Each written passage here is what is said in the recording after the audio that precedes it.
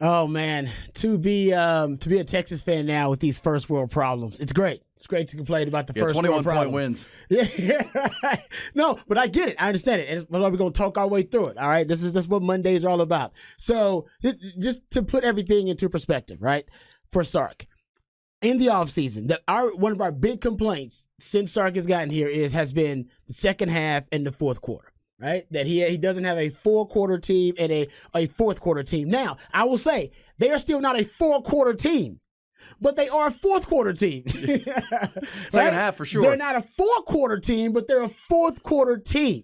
All right, so I know we're just because they are the number 3 team in the land, that's their ceiling. Doesn't mean they're going to play like that, a dominant elite team every week and all quarters. That's the hope, and I think they week to week you hope they get there.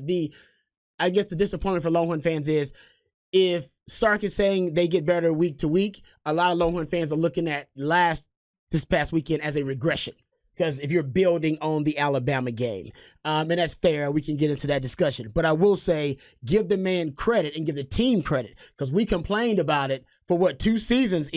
Everybody, hey man, this team they do not play in the fourth quarter. The collapse at the end of the game.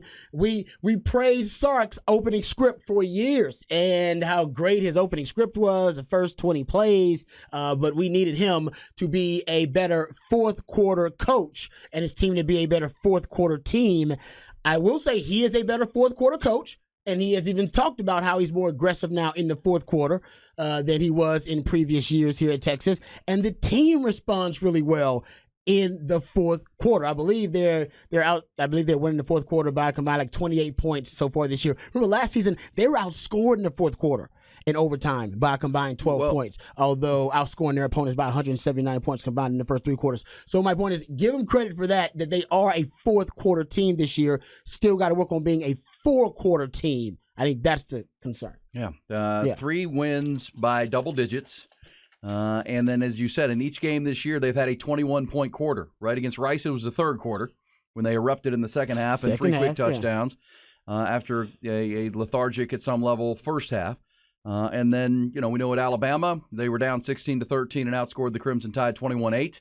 And then let me say this, on a good, bad, and ugly Monday, Wyoming had a real good game plan. And they had a backup quarterback. The Longhorns didn't know very well, I don't think. But at the same time, they ran the 3 high. They ran the 3 high defense, which is something they do. That's not something they brought out for Texas. That's something they do anyway. Well, and they Texas was...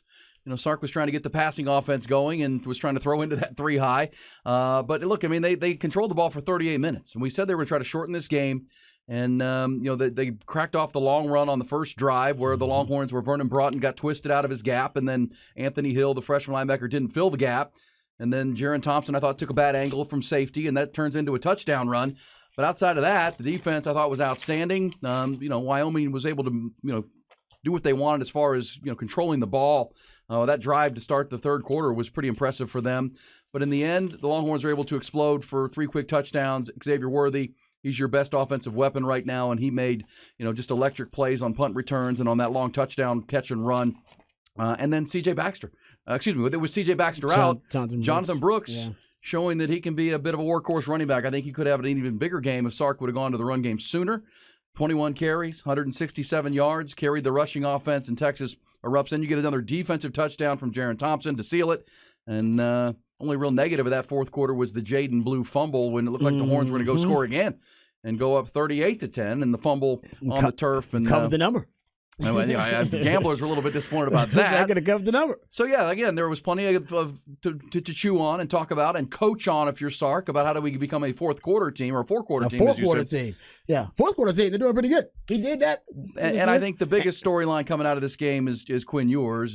The regression really started with him as far as what we saw last week to this week, right? I mean, he was befuddled a little bit. He missed 5. When you look at Quinn Ewers, with the guy we saw at Alabama, certainly didn't play on Saturday night. I mean, he was, I thought he was erratic. He was only 2 of 9 on passes greater than 10 yards. You take away that Worthy touchdown where, it was really mostly X-Man doing the work on just a little quick pass. Yours was 10 of 20 for 82 yards. If you take away that X-Man touchdown, He had 4 or 5 throws that he'd like to have back, where he had open receivers that he missed either behind them or over the top. And that's what's frustrating, I think, for Texas fans is they see Ewers and he's an up-and-down quarterback right now. Other than that, thought the team was pretty sound. You have to give credit to your opponent because Wyoming looks to me, Rod, to be a team that can be a bowl team this year out of the Mountain West, and they executed their plan. I'm going to just say, if somebody's been trying to tell you about that Wyoming defense for a while, and nobody wanted to hear, like, Robbie, shut up.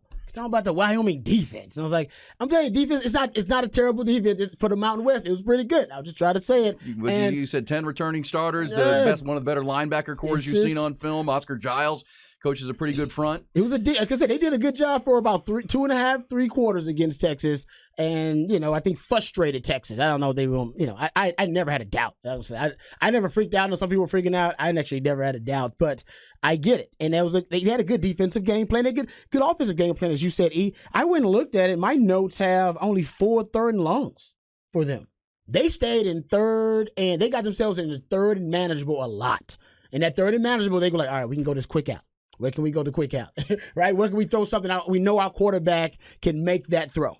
All right. And they did a really good job of keeping themselves out of third and long. When they went third and really long, then, they were in trouble. That's when, Texas could tee off. But they did good, and they moved the pocket a lot of the time so that they can make the Texas defensive line run and have to chase. That was a good move by them. Obviously got rid of the football really quickly. They played a lot of heavy personnel, 1 back, 2 tight ends. Well, that running back, by the way, pretty good. The kid Harrison Whaley. Whaley's not bad. Told you last week that was his first game action. He'd been injured. He transferred from Northern Illinois through the portal, and he was a good play. That 62-yard run was a burst, and he showed he's got some skill to him. He averaged 6 yards a carry. Most of it came on that one long run, but he was a good player. So, yeah, give your opponent some credit. Wyoming's pretty good.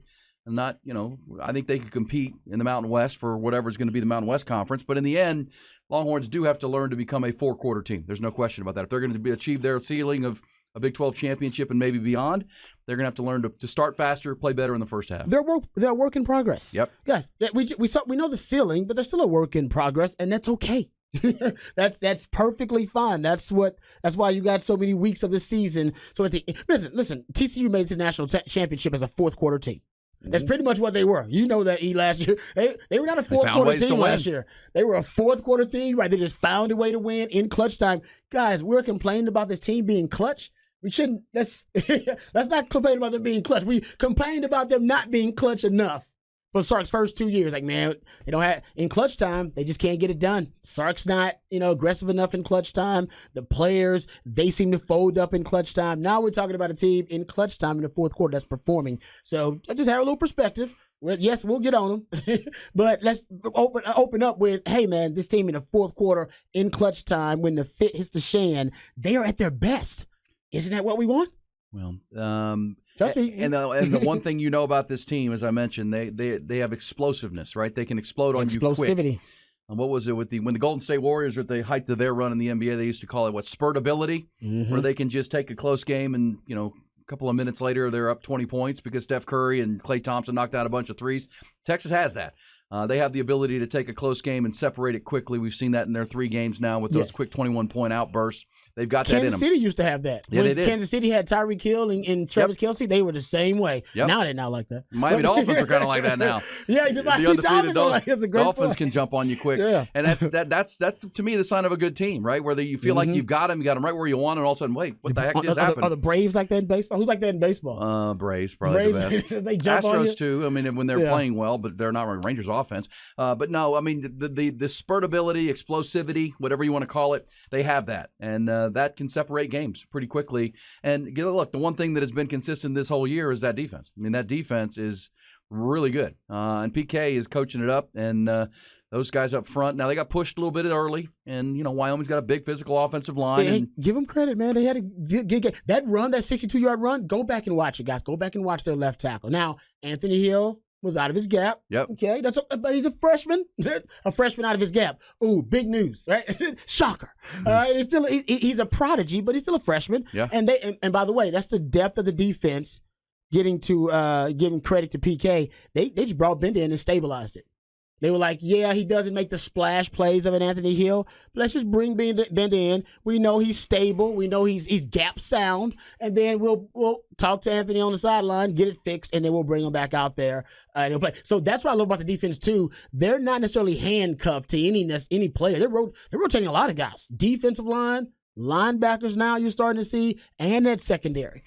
Try to find guys they can trust in certain situations. We'll talk about it all morning, the good, the bad, and the ugly, including that incredible light show that started the fourth quarter between the third and fourth. If you were in the packed house at DKR, let us know what that was all about. Was Thunderstruck.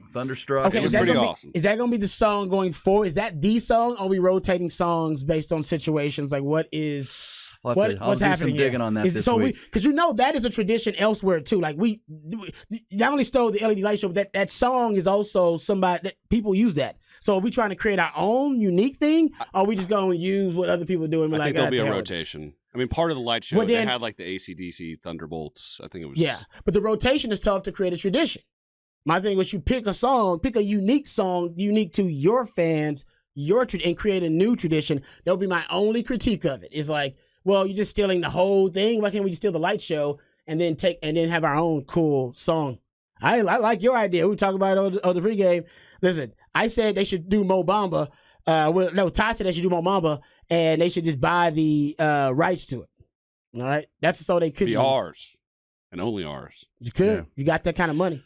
But I did say they should have their own unique song though. You shouldn't just take the song. Real quick before we talk some more good, bad, and ugly from the Longhorns. Also the Cowboys. How good is their defense as advertised? Micah Parsons having best a heck in the league. Let me mention our good friends at Viking Fence. And I'll go ahead and announce right now the Viking Fence Defensive Player of the Game. How about Jahdae Barron with a Pro Football Focus score of 90.7. Led Texas with 9 tackles and a 90.7 grade on 34 snaps. He was the best defensive player for the Longhorns. It says better fix it before Dallas, Rod. Yes. That would be like I said, work in progress, week to week. Hell, does not be looking at Dallas. You better fix it. Baylor and Kansas are your next 2 games. Because Baylor, listen, I know I've been beating this dead horse for a few months, but remember even going into the season, I said the best pressure packages from 2022 that were effective versus Texas offense and their offensive line was Baylor. And I said Baylor had created a really good blueprint for others to follow. And what happened in the Rice game? They basically took that blueprint and used a lot of those amoeba fronts, those simulated pressures, the ghost fronts. They added second level pressures. So the blueprint that's out there, how to pressure Texas, is basically Dave Aranda's can take a lot of credit for that. And he's got some veteran defensive linemen. And by the way, Wyoming, got a sack doing some very similar things with the amoeba fronts and the simulated pressures. So, yeah, you got some of that stuff you got to fix immediately. But, yeah, the 4-quarter team thing, yeah, I would just like to see, Sark's script be what it has been in the first 2 years, accompanied with this fourth quarter, kind of surge by Texas. If you combine those things, then, whoa. Then we're talking about Texas and being that's the thing, right? worthy of number 3 in the country. And I agree with you as we'll go behind the burnt orange curtain coming up after the top of the hour. But they are a work in progress. I think like every team. Georgia was down 14-3 at the half to South Carolina this weekend. Exactly. I mean, it just happens. I mean, it's a long season, but you take the good and then you build on the bad. I mean, that's just really what good teams do. And I like the way Sark said it in the postgame. I mean, this is what good teams do. You find a way to win on that night.